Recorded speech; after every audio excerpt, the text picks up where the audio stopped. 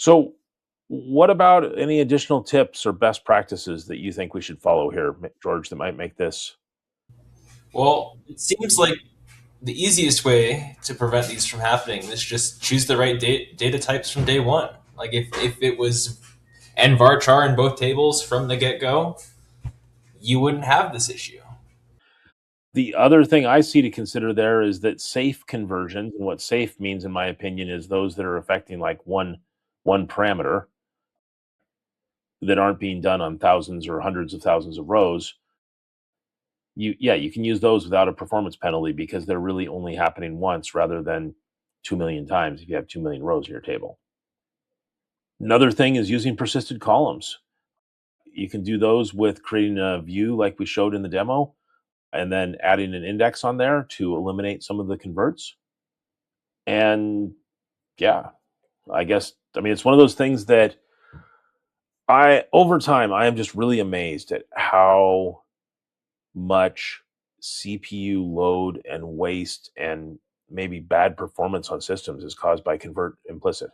And these implicit conversions can make the difference in your SQL Server licensing. Like, I mean, maybe having to go buy more CPUs in order to keep things running. So, Yeah, and in that same thought, a lot of people might just think, "Oh, as my data grows, it's going to get slower. That's just how it works."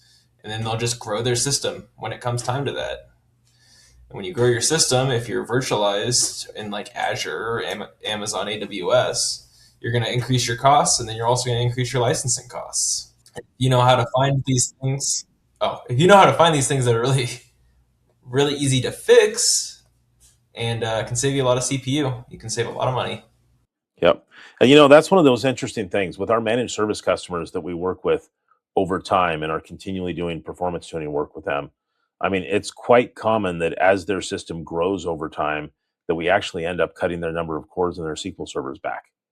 I mean, we were working with a client what was it, just yesterday, George? We were talking about that our recommendation as they moved to a new environment was to cut the number of CPU cores in half because they can save money that way. And then we have another client where I think they're cutting it by a quarter on the new system because we have it running so good that they don't need as many cores anymore. Thanks for watching. I'm Steve, and I hope you've enjoyed this video. If you like it, please click the thumbs up icon.